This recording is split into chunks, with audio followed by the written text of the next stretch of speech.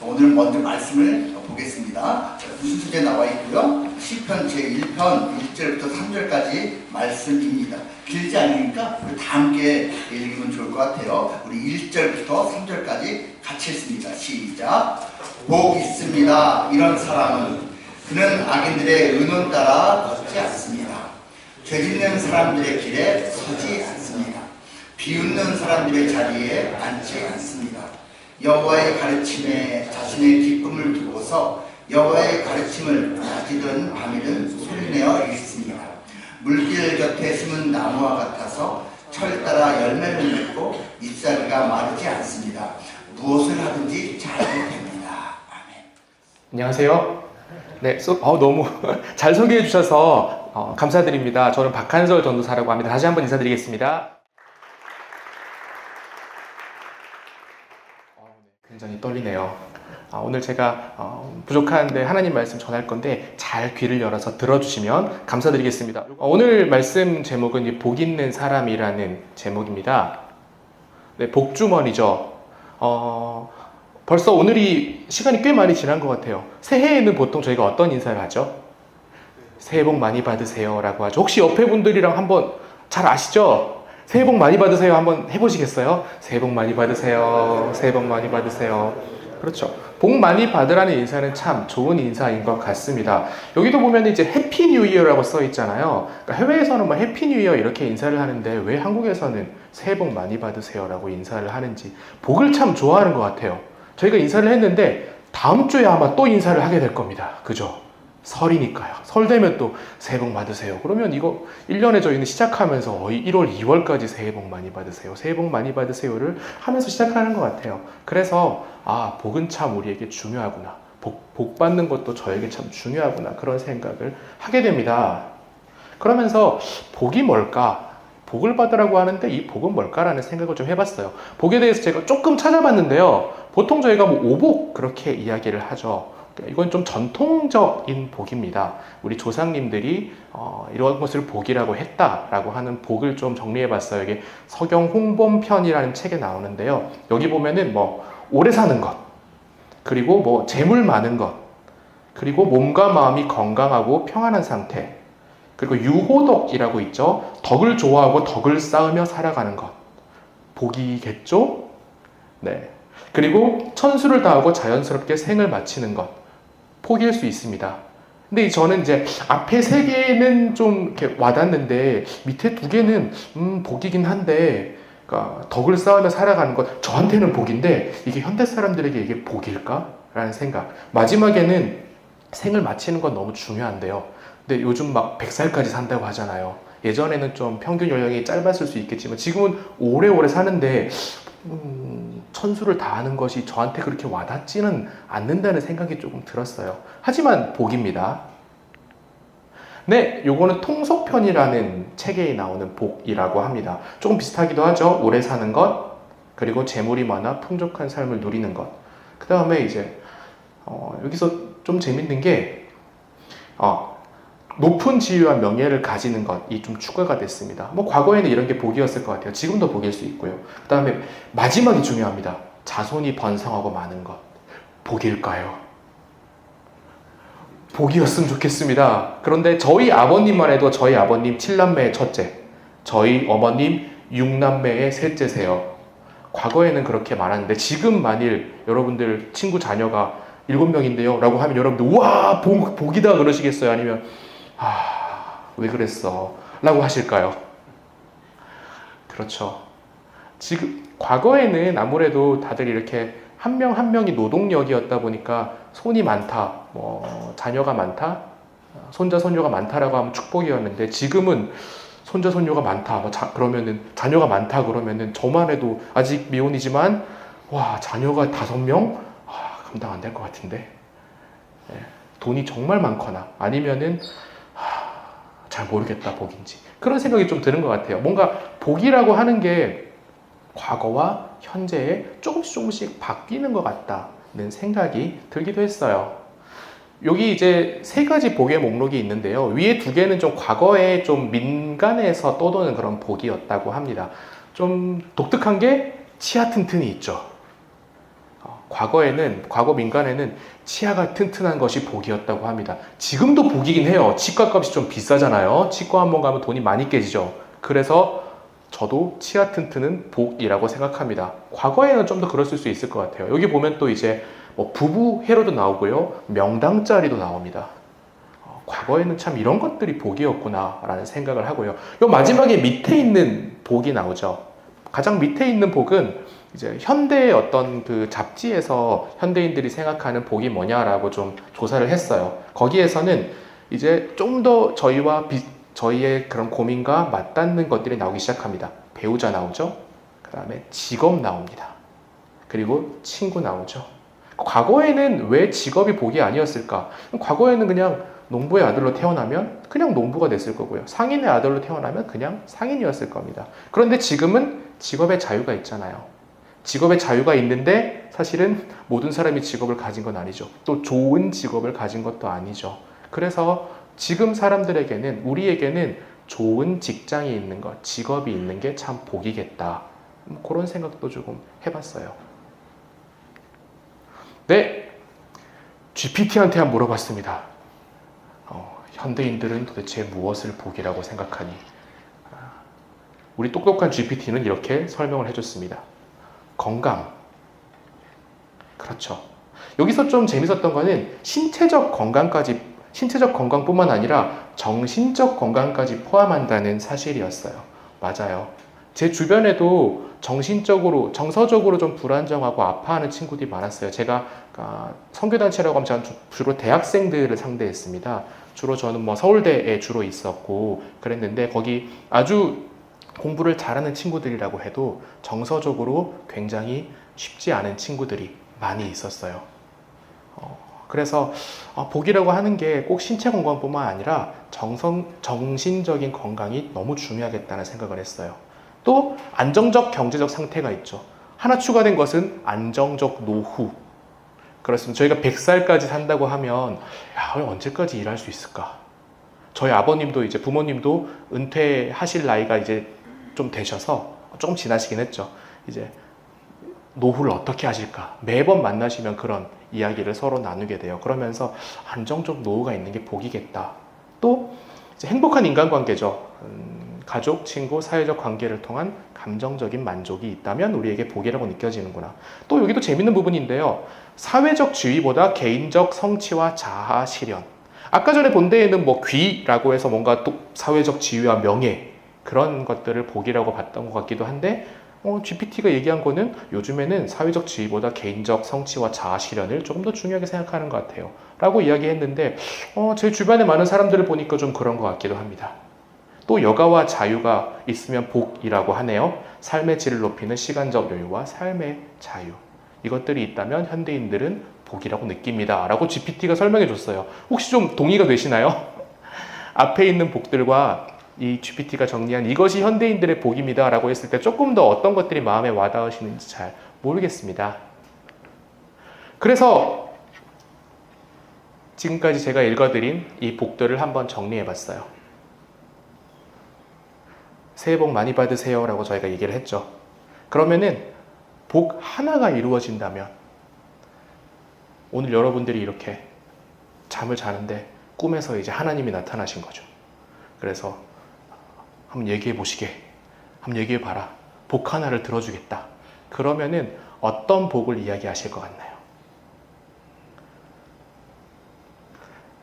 제가 어느 지역에 가서 이렇게 질문을 했어요. 대답을 기대한 건 아니었어요. 그런데 이제 어떤 직원분이 많은 재산이요 이렇게 대답을 하시는 거예요. 깜짝 놀랐습니다.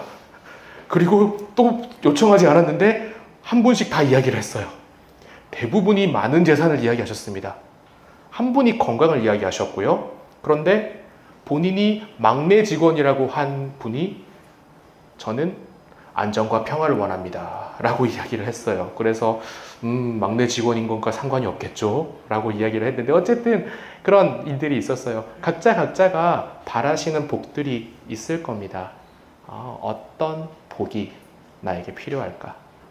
그런데 성경에 그런 일이 있었어요. 여러분들 솔로몬 왕이라고 혹시 들어보셨죠? 안 들어보신 분 손 들어보십시오. 네, 아무도 안 계시군요. 감사합니다. 솔로몬 왕이라고 있습니다. 이분은 이스라엘 왕국의 세 번째 왕이었어요. 그러면 두 번째 왕도 이런 얘기겠죠? 두 번째 왕은 누구냐 하면 솔로몬 왕의 아버지이기도 한 다윗 왕입니다. 다윗 왕도 한번 들어보셨을 수 있을 것 같아요. 뭐 다윗과 골리앗 이런 얘기 들어보셨죠? 만일 우리나라가 축구를 해서 브라질을 이겼다. 그러면 야, 다윗이 골리앗을 이겼다. 그런 이야기를 하죠. 골리앗이라고 하면 지금도 막 UFC 파이터 엄청나게 큰 사람들을 보고 골리앗이라고 보통 하는데요. 그 골리앗 장수를 소년이었던 다윗이 이 물맷돌, 슬링샷을 던져서 이겼던 사건이 있었습니다. 그리고 그 다윗은 나중에 자라서 이스라엘의 왕이 되고요. 이스라엘의 엄청나게 위대한 왕이었습니다. 다윗은. 그 왕의 아들이었습니다. 솔로몬은. 이 사람은 여러분들이 아시는 것처럼 지혜롭고 현명한 사람의 대명사이기도 합니다. 그리고 이 솔로몬 왕이 다스릴 때 이스라엘이 엄청나게 부강했습니다. 대단한 나라가 되었어요. 가장 잘 살았던 그런 시기이기도 합니다. 하지만 이 솔로몬 왕이 그렇게 쉽게 왕이 된 것은 아니었습니다. 물론 아주 좋은 위치에서 시작하긴 했지만 실제로 솔로몬 왕은 위에 형들이 있었습니다. 다윗 왕이 이 솔로몬 왕을 사랑했어요. 그래서 솔로몬을 왕으로 세웠습니다. 하지만 형이 있었다고 했죠. 다윗이 이제 노쇠하고 죽을 때가 되니까 형이 내가 왕이다 라고 들고 일어납니다. 우리나라 역사에도 그런 일들이 있었죠. 우리 조선 건국하고 한 다음에 우리 태조 이성계가 있고 그 이성계의 아들 우리 이방원 이성계가 거의 막내가 되는 아주 두 번째 비에 왕자를 세자로 세우니까 우리 이방원이 들고 일어났죠. 그런 것처럼 이스라엘 역사에서도 솔로몬을 왕으로 세우려고 하니까 형이 들고 일어납니다. 그래서 형이 내가 왕입니다 라고 하고요. 그 당시에 이스라엘의 가장 잘 나가는 장군과 함께 형이 들고 일어납니다. 그 형을 진압하고 그 왕위 찬탈을 진압하고 솔로몬이 왕이 되었어요. 그렇다면 얼마나 시작하면서부터 쉽지 않은 시작이었나 라는 생각이 들어요. 왕이 되었을 때 어쨌든 그런 반란 같은 일을 진압하고 왕이 되었고 또 아버지는 너무 뛰어난 왕이었습니다. 그렇다면 이 솔로몬이 왕이 되었을 때 어떤 부담감을 가지고 왕이 되었을까? 라는 생각을 해보게 돼요. 저도 선교단체 간사를 한다고 했지만 저도 처음에 신입으로 들어갔을 때에는 너무 편했습니다. 그냥 하라는 거 하고 물론 항상 편하진 않았어요. 하지만 어떤 책임감이 좀 적으니까요. 그냥 시키는 거 하고 하지 말라면 하지 말고. 그런데 조금씩 저도 이제 연세가 쌓이면서 저와 함께하는 간사님들이 생기고 제가 어떤 책임을 맡게 되고 할 때 물론 사람이 많지는 않지만 두렵더라고요. 내가 하나 결정하는 게, 내가 하나 말하는 게 간사님들과 학생들 수십 명에게 이게 영향이 가네? 내가 그냥 쉽게 결정하면 안 되겠는데? 조금씩 그런 부담감.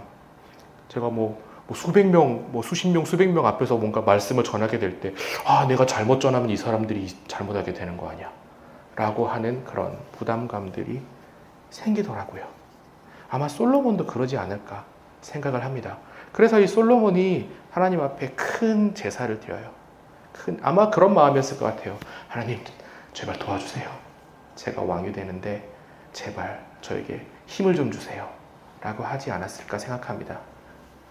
그때 이런 일이 벌어집니다. 여호와께서 솔로몬에게 그날 밤 꿈에 나타나셨습니다. 그리고 말씀하셨습니다. 내게 달라고 하렴. 내가 너에게 뭘 줄까? 우리 모두가 꿈꾸는 일일 수도 있습니다. 하나님이 나타나셔서 뭘 줄까? 달라고 해라. 그때 솔로몬은 뭘 달라고 했을까요? 죄송합니다. 솔로몬은 이렇게 얘기했습니다. 처음에 좀 솔로몬을 보면서 굉장히 겸손한 사람이라는 생각이 들었어요. 바로 이렇게 생각하자마자 돈이요, 군사요 이렇게 하는 게 아니라 어떤 이야기를 하죠? 하나님이 저희 아버지에게 큰 은혜를 베푸셨습니다. 저희 아버지는 참 공의롭고 주님과 함께하는 그런 사람이었죠. 하나님이 저희 아버지에게 큰 사랑을 베푸셨고 그래서 제가 이렇게 왕이 되었습니다 라고 하죠. 굉장히 겸손한 사람인 것 같아요. 제가 왕이 될 만하니까 왕이 됐죠 라고 하는 것이 아니라 하나님의 은혜와 우리 아버지의 큰 은혜로 제가 왕이 될 수 있었습니다 라고 이야기를 합니다. 그러면서 이야기합니다. 하나님께서 나를 친히 임금으로 삼으셔서 우리 아버지의 뒤를 잇게 하셨습니다. 근데 여기에서 약간 그 고민이 나오죠. 하지만 나는 어린아이입니다. 나가고 들어오는 것을 알지 못합니다. 어떤 겸손한 순간이었던 것 같아요. 신과 대면해서 네가 뭘 원하냐라고 했을 때에 이 왕이지만 미처 하지 못했던 그 깊은 이야기, 아무에게도 할 수 없었던 그런 깊은 이야기를 하나님에게 하는 거죠. 하나님, 저는 어린아이입니다. 잘 모르겠습니다. 주님이 고르신 백성 안에 있는데요. 백성이 너무 많습니다. 나 어떻게 해야 될지 모르겠습니다. 라고 하는 게 이 솔로몬의 하나님을 향한 고민 이야기였던 것 같습니다. 그러면서 솔로몬이 무엇을 구하느냐? 주님의 종인 나에게 알아듣는 마음을 주십시오 라고 합니다. 주님의 백성을 재판하여 좋은 것과 나쁜 것을 분별하도록. 그게 아니면 누가 이 까다로운 백성을 재판하며 다스릴 수 있겠습니까? 라고 합니다. 이 솔로몬은 알아듣는 마음을 달라고 하나님에게 요청을 했습니다. 이 솔로몬이 구한 복이 그러니까 알아듣는 마음, 듣는 마음이라고 이야기하죠. 듣는다. 이렇게 얘기한 것도 쉽지 않은 것 같아요. 왕이 어떻게 듣는 거를 이야기할 수 있을까? 저도 아까 말한 것처럼 조금씩 연차가 쌓이고 올라갈수록 듣는 것보단 말하는 시간이 많아지더라고요. 어쩔 수 없이 제가 그렇게 되더라고요. 그러면서 아무리 안 그러려고 노력을 해도 참 그랬던 것 같은데, 하지만 이 솔로몬은 이렇게 듣는 마음을 내주십시오. 듣는 건 뭐죠? 듣는 거죠, 그야말로. 상대편이 나에게 이야기하도록 하고 그것을 들을 수 있는 마음을 주십시오. 많은 경우에 들으면서 저도 그렇죠. 이쪽으로 들어갔다가 이쪽으로 나오는 경우 굉장히 많지 않습니까? 그런데 솔로몬은 이야기합니다. 이 알아듣는 마음이라고 하는 것은 들어서 이 사람이 뭘 얘기하는 거냐 지금. 어떤 사실을 나한테 이야기하고 있느냐. 그것을 이해할 수 있는 마음을 주십시오. 라고 또 이야기한 겁니다. 또 그렇죠. 어떤 사실을 이해함과 동시에 사실을 이해한다고 해서 끝이 아니죠. 그 사실 밑에 있는 그 사람의 감정, 혹은 그 사람이 진짜 뭘 원하고 있는가까지 캐치할 수 있게 해주십시오. 제가 그렇죠. 제가 제 여자친구랑 만일 어떤 쇼핑몰에 가서 논다고 하죠. 막 걸어다니면서 노는데 제 여자친구가 와, 저기 돈가스 맛있겠다 라고 했어요. 그리고 걸어갔습니다. 그러면 저는 예를 들어서 그걸 듣고 잊어버리면 어떻게 될까요? 큰일 나겠죠. 그걸 듣고 그렇지, 돈가스는 맛있지, 맛있고 말고 라고 생각한다면 이해하는 마음이죠. 하지만 공감하지 못한 거죠. 예를 들어 저녁 시간에 그래서 뭐 먹을까 했는데 짜장면 먹자 그러면은 난리가 나겠죠. 왜? 아까 분명히 돈가스 맛있겠다라고 얘기를 했는데 저는 그걸 듣고 돈가스는 맛있지 라고 생각하면, 그러면 그렇죠, 난리가 나는 겁니다. 돈가스가 맛있겠다라고 하는 거는 어떻죠? 이따가 저녁 시간에 돈가스를 먹으러 가자 라는 이야기인데, 그걸 공감하기 위해선 그 공감을 해야 되는 거죠.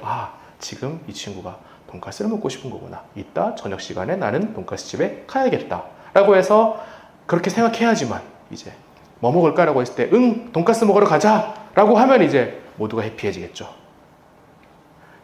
그렇게 우리가 뭔가 소통을 한다라고 할 때, 듣는다고 할 때 단지 그냥 어떤 팩트, 잘 듣고 팩트를 넘어서 그 사람의 감정과 진짜 깊이 정말 이야기하고 싶어하는 것까지 캐치할 수 있는가, 그것들도 엄청 중요한 것 같아요. 그러면서 마지막에 무엇이 옳고 무엇이 그른가를 분별하는 마음. 그것까지 가지게 될 때, 이것들이 모두가 다 솔로몬이 구한 알아듣는 마음, 그 복이 아닐까 라고 생각해 봅니다. 저는 하나님의 마음도 그렇다고 생각해요. 하나님의 마음은 그러니까 그런 거죠. 우리 인간의 어떤 근원적인 그런 공포 혹은 두려움, 그런 것들이 다들 있잖아요. 그런데 성경 말씀을 통해서 하나님이 우리에게 공감해 주신다는 걸 전 개인적으로 많이 느꼈던 것 같아요.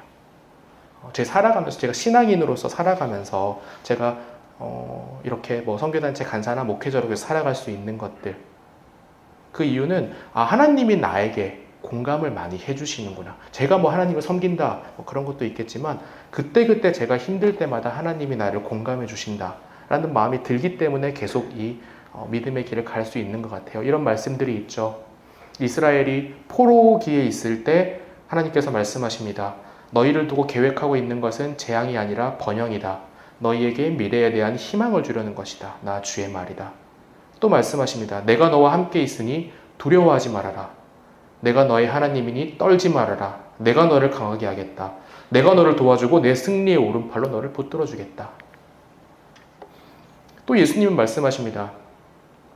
하나님이 세상을 이렇게 사랑하셨기 때문에, 이 세상의 어려움들을 공감하셨기 때문에 그 하나뿐인 아들을 주셨습니다. 그래서 그를 믿는 사람마다 멸망하지 않고 영원한 생명을 누릴 수 있게 하셨습니다. 또 예수님은 얘기하시죠. 평화를 그대들에게 남겨주고 갑니다. 나의 평화를 그대들에게 줍니다. 내가 그대들에게 주는 평화는 세상이 주는 것과 다릅니다. 그대들 마음이 뒤흔들리지도 겁을 먹지도 않기 바랍니다. 이것이 우리 하나님께서 여기 계신 모든 분들에게 공감하시고 주시고 싶은 이야기가 아닌가 생각해 봅니다. 그리고 다시 솔로몬으로 돌아가자면은 이 솔로몬이 듣는 마음을 하나님께 달라고 했을 때 하나님이 말씀하십니다. 야, 그거 진짜 마음에 든다. 주님이 야, 너가 구한 게 진짜 마음에 든다. 그러면서 말씀하시죠. 야, 너가 오래 살라고도 하지 않고 재산 달라고 하지 않고 네 원수들의 목숨을 달라고도 하지 않는데 오히려 재판에서 옳은 것을 듣고 분별하도록 해달라고 했구나. 그러기 때문에 내가 너의 말대로 해주겠다. 너에게 지혜롭고 분별력 있는 마음을 주겠다라고 하시죠. 저는 이게 올해 제가 바라는 복이기도 합니다. 그러면서 그런 생각을 해요. 야, 지혜롭고 분별력 있는 마음이 있다면, 제가 생각했을 때 많은 어려움들은 보통 사람과 사람과의 관계에서 오더라고요. 물론 뭐 가끔 뭐 자연재해 같은 일이 덮치기도 하지만 많은 어려움들은 대부분 뭐 옆사람 아니면 뭐 직장 동료 아니면 뭐 고객사 모르겠습니다. 사람과의 문제에서 대부분 어려움이 오지 않나. 그런데 이런 지혜롭고 분별력 있는 마음이 있다면은, 그러면 저는 혼자 생각한 거죠.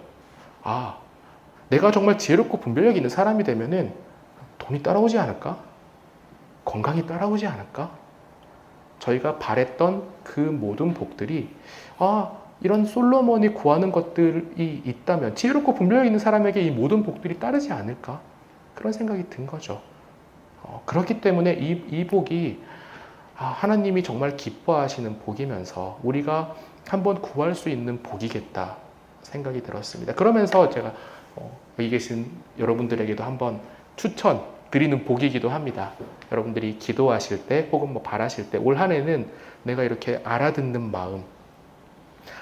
마음을 주셔서, 그리고 실제로 내가 알아듣도록 많이 노력을 하시면서 이런 지혜롭고 분별력 있는 사람이 되시기를 기대합니다.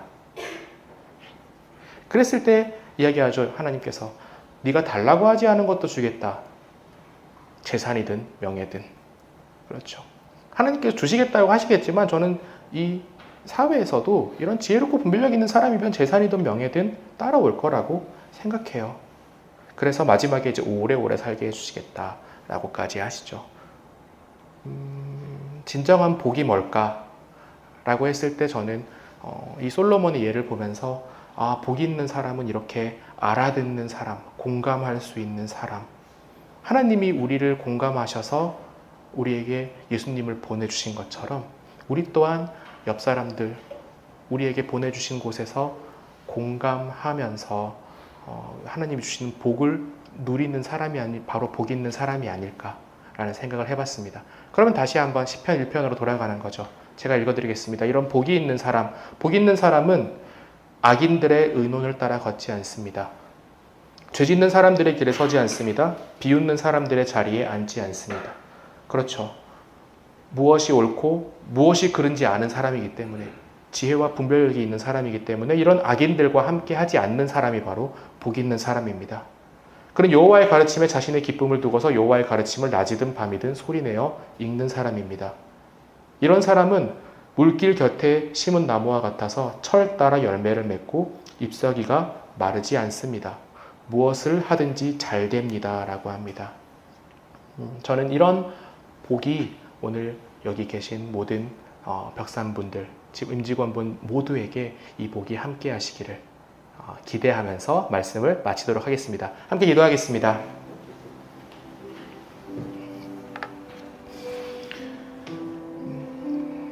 하나님, 오늘 아침에 이렇게 주님을 사모하고 하나님이 주시는 말씀을 사모하여서 이렇게 아침 예배에 모이게 해주신 그 은혜에 감사드립니다. 아버지, 올해를 시작하면서 또 많은 시간이 지났지만 다시 한번 새해의 다짐을 돌아보게 됩니다. 우리가 마음속에서 무엇을 구하고 있는지 다시 한번 돌아봅니다. 그러면서 오늘 진정 복이 있는 사람이 되기 위해서 솔로몬 왕의 이야기를 들었습니다.